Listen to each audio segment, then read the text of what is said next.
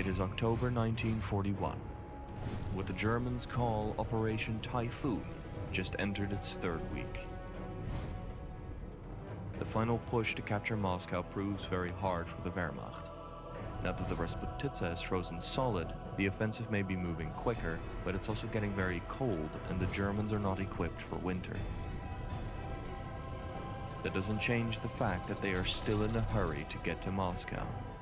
To get there, it is essential to capture the towns along the Moscow Highway. This road, one of the few paved roads that lead to Moscow, is absolutely essential to bring forward the reserves and supplies that will be needed for the Germans to capture the Russian capital.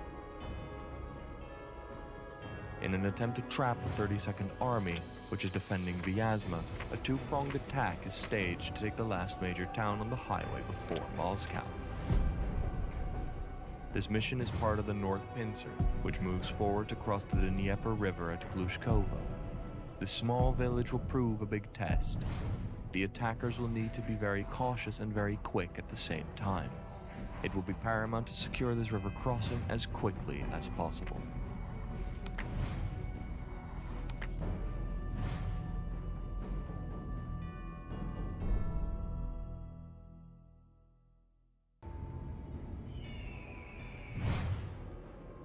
January 1942. The Soviet counterattack that started about a month ago has shocked the Germans. Fresh Soviet troops, well trained and equipped for winter, have been brought to Moscow and have attacked over a wide front. The Germans have had to give up most of their forward positions, and some units are in danger of being surrounded.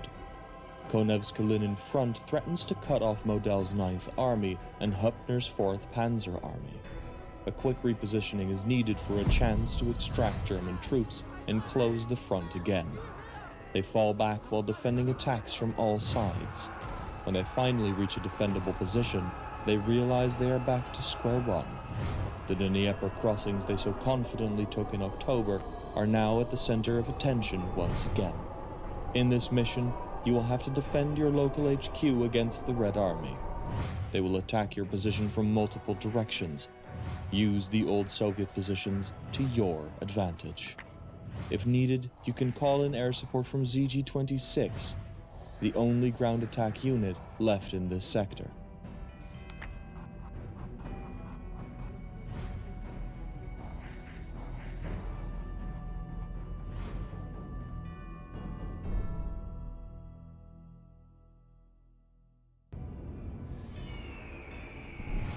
In the summer of 1942, the main German offensive aims to take the oil fields at Maikop, Grozny, and Baku. It is quite obvious from the start that any offensive in the general direction of the oil fields requires that the entire region north of the Caucasus mountain range be secured by the Germans. When the offensive arrives at this mountain range, specialist troops are deployed to drive the Soviet forces back as far as possible, thereby establishing the Caucasus as a shield for the south flank of the offensive. It is during this offensive that Mount Elbrus falls into German hands. On the mountain, a hotel called Shelter of the 11 becomes home to the Gebirgsjäger. On the 28th of September, this place becomes the backdrop for one of the most unusual battles of the war, which takes place at more than 4,000 meters above sea level. The Soviets have formed a special NKVD detachment, 100 strong, to recapture the refuge of the 11. They are led by Lieutenant Grigorians and armed with machine guns, mortars, and sniper rifles. The battle that follows is a very bloody one. In this mission, you are tasked with the attack on the shelter. You should expect that the Soviet defenders use the natural terrain to their advantage. If you succeed, you will have to prepare your own defenses. You should not expect to have the mountain to yourself.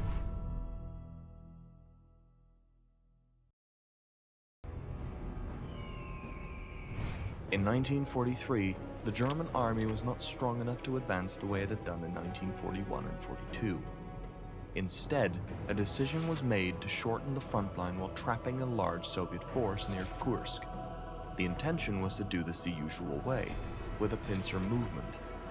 Both pincers were aimed roughly at the town of Tim, east of Kursk.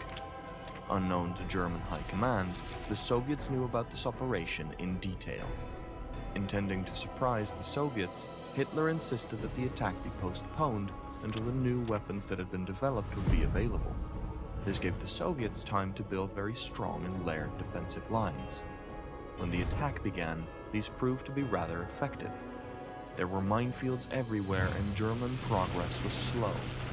Meanwhile, both air forces struggled for air superiority. Both used new aircraft, expectations were high, and tank busters flew low. In what was to become one of the most epic battles of the war, the outcome was not decided by new equipment, but by well-prepared defenses and sheer weight of numbers on the Soviet side. In this mission, you were ordered to attack in the direction of Petrovka. While you're at it, a diversion changes your task completely.